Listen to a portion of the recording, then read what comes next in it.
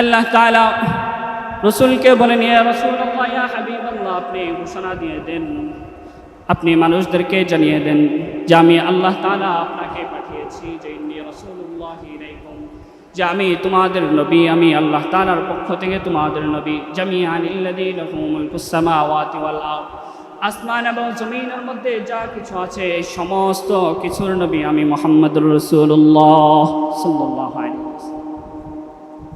শুধু তাই নয়, সূরাতুল আহজাবের 40 নম্বর আয়াতে আল্লাহ তাআলা বলেন, ওয়া আরসালনাকা ইল্লা কাফাতাল লিন-নাসি বাশীরা, ওয়া আরসালনাকা ইল্লা কাফাতাল লিন-নাসি বাশীরা ওয়া নাযীরা, যা নবী, হে নবী, আমি আপনাকে পাঠিয়েছি পুরা পৃথিবীর সকল মানুষের জন্য নবী হিসাবে আমি আপনাকে পাঠিয়েছি। শুধু তাই নয়, আল্লাহ রাসূল সাল্লাল্লাহু আলাইহি ওয়াসাল্লামের হাদিস, বুখারী শরীফের 523 নম্বর হাদিস, আল্লাহ রাসূলুল্লাহ সাল্লাল্লাহু আলাইহি ওয়াসাল্লাম, আল্লাহ রাসূল সাল্লাল্লাহু আলাইহি ওয়াসাল্লাম বলেন, কানাল আনবিয়া ইউবাসু আলাল উম্মাহ, অন্যান্য সমস্ত নবীদেরকে তার উম্মতের কাছে পাঠিয়েছেন। কানাল আনবিয়া আলাইহিস সালাতু ওয়াস সালাম ইউবাসু ইলা কওমিহি খাসাতান, শুধুমাত্র তার কওমের কাছে বিশেষভাবে নবী করার জন্য, যে শুধুমাত্র তিনি তার কওমের কাছে নবী।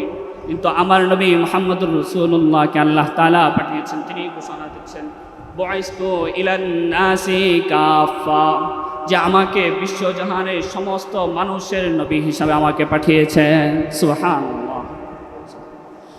এরপরে মুসলিম শরীফের 523 নম্বর হাদিস, ওই হাদিসের মধ্যেও আল্লাহ রাসূল সাল্লাল্লাহু আলাইহি ওয়াসাল্লাম তিনি বলেন যে ফুদ্দিলতু আলাল আনবিয়াই বিসিদ্রাতিন, যে আমাকে সমস্ত আনবিয়া আলাইহিস সালাতু ওয়াস সালামের উপরে শ্রেষ্ঠত্ব দান করা হয়েছে। আমাকে সমস্ত আনবিয়া আলাইহিস সালাতু ওয়াস সালামের উপরে শ্রেষ্ঠত্ব দান করা হয়েছে বিশেষভাবে 6টা জিনিসের মাধ্যমে। 1 নম্বর, যে আল্লাহ তাআলা উতিতু বিজাওয়ামিল কালিম, আল্লাহ তাআলা আমাকে জাওয়ামিউল কালিম দান করেছেন, অর্থাৎ আল্লাহ তাআলা আমাকে এমন জ্ঞান দান করেছেন যে আমি অল্প কথা বলবো কিন্তু এটার সারমর্ম হবে ব্যাপক। এরপর আল্লাহ রাসূল সাল্লাল্লাহু আলাইহি ওয়াসাল্লাম বলেন, নুসিরতু বির-রু'ব, যে আমাকে আল্লাহ তাআলা এমন এক মুআজিজা দান করেছে, যে মুআজিজার কারণে আমি কাফেরদের উপরে খুব সহজেই প্রভাব বিস্তার করতে পারি, যে কাফেররা আমার সামান্য কথাতে অনেক ভয় পেয়ে যায়। এরপর আল্লাহ রাসূল সাল্লাল্লাহু আলাইহি ওয়াসাল্লাম বলেন, ওয়া উহিল্লাত লিয়াল গনাইম, যে আল্লাহ তাআলা আমার জন্য সমস্ত গনিমতের সম্পদকে হালাল করেছেন। এরপর আল্লাহ রাসূল সাল্লাল্লাহু আলাইহি ওয়াসাল্লাম বলেন, ওয়া জুইলাত লিয়াল আরদু মাসজিদান ওয়া তুহুরা, আল্লাহ তাআলা 4 নম্বর আমাকে সমস্ত আনবিয়া আলাইহিস সালাতু ওয়াস সালামের উপরে শ্রেষ্ঠত্ব দান করেছেন এই হিসাবে, যে আল্লাহ তাআলা পুরো জমিনকে আমার জন্য মসজিদ বানিয়ে দিয়েছেন। পৃথিবীর যেখানে যে মাটিতে সিজদা করবে সেটাই আল্লাহ তাআলার নামাজ, আল্লাহ তাআলার জন্য সিজদা করতে পারবে। পুরো জমিনকে আমার রাসূলের জন্য সিজদার স্থান বানিয়ে দিয়েছেন। সুবহানাল্লাহ। ওয়া উরসিলতু ইলান নাসি কাফা, এরপর রাসূল সাল্লাল্লাহু আলাইহি ওয়াসাল্লাম বলেন যে আমাকে পুরা পৃথিবীবাসীর জন্য নবী হিসাবে পাঠিয়েছেন। শুধুমাত্র আমি এই সর্বশেষ উম্মতের নবী না, আমি সেই পৃথিবীর শুরু থেকে শেষ পর্যন্ত যত মানুষ আসবে, যত দুনিয়াতে মানুষ আসবে, সমস্ত মানুষের আমি নবী। সুবহানাল্লাহ। ওয়া খুতিমা বিয়ান নাবিয়্যুন, এবং আমার মাধ্যমে সমস্ত আনবিয়া আলাইহিস সালাতু ওয়াস সালামের সমাপ্তি ঘটেছে। জানা খাতামুন নবিয়্যিন আলা নাবিয়্যা বাদি, আমি হচ্ছে সর্বশেষ নবী, যে আমার পরে আর কোনো নবী নেই। সুবহানাল্লাহ। আল্লাহ তাআলা আমার নবীর দ্বিতীয় বৈশিষ্ট্য, যে আল্লাহ তাআলা আমার নবীকে পুরা পৃথিবীবাসীর জন্য তিনি রহমত স্বরূপ পাঠিয়েছেন, পুরা পৃথিবীবাসীর জন্য তিনি নবী হিসাবে পাঠিয়েছেন। যেমন আদম আলাইহিস সালাতু ওয়াস সালাম হচ্ছে আমাদের আদি পিতা, ইব্রাহিম আলাইহিস সালাতু ওয়াস সালাম হচ্ছে জাতির পিতা, মিল্লাত আবিকুম ইব্রাহিম ওয়া সাম্মাকুমুল মুসলিমিন। ঠিক তেমনিভাবে আমার নবী হচ্ছে যে পৃথিবীর শুরু থেকে শেষ পর্যন্ত সমস্ত উম্মতের নবী আমার নবী মুহাম্মদুর রাসূলুল্লাহ সাল্লাল্লাহু আলাইহি ওয়াসাল্লাম। তো সম্মানিত মুসল্লিয়ানি কিরাম, রাসূলের যে জীবনীটা আল্লাহ তাআলা আমাদেরকে দিয়েছেন, যে পুরা জীবনী নিয়ে 2টা বৈশিষ্ট্যের কথা বললাম, এতেই সময় শেষ। রাসূলের যে বৈশিষ্ট্য বলি আছে, হাজারের হাজার উপরে বৈশিষ্ট্য আছে রসুলের জীবনে, হাজারের হাজারের উপরে রসুলের মুআজিজা আছে। এগুলো সমস্ত কিছু ইনশাআল্লাহ চেষ্টা করব। যেহেতু রবিউল আউয়াল মাস শুরু হয়েছে, রসুলের সিরাতের মাস শুরু হয়েছে, এই মাসে রসুলের জিন্দেগি, রসুলের জীবনী বেশি বেশি আলোচনা করা চায়। এই মাসে বেশি বেশি রসুলের সিরাত বেশি বেশি পড়া চায়।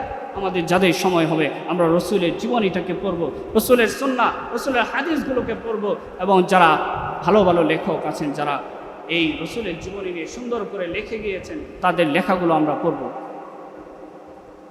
আল্লাহ তাআলা আমাদেরকে রসুলের জিন্দেগি, রসুলের জীবনীকে পরিপূর্ণ ধারণ করে নিজেদেরকে রসুলের জীবনের মতো করে সাজিয়ে তোলার তৌফিক দান করুন। সকলে বলি আমিন। এবং আমার রসুল সাল্লাল্লাহু আলাইহি ওয়াসাল্লামের প্রতি মহাব্বতের এই জিনিস যেন আল্লাহ তাআলা আমাদেরকে আরও বাড়িয়ে দেন, সেই জন্য আল্লাহ তাআলার কাছে আমি আরও বেশি বেশি দোয়া করব।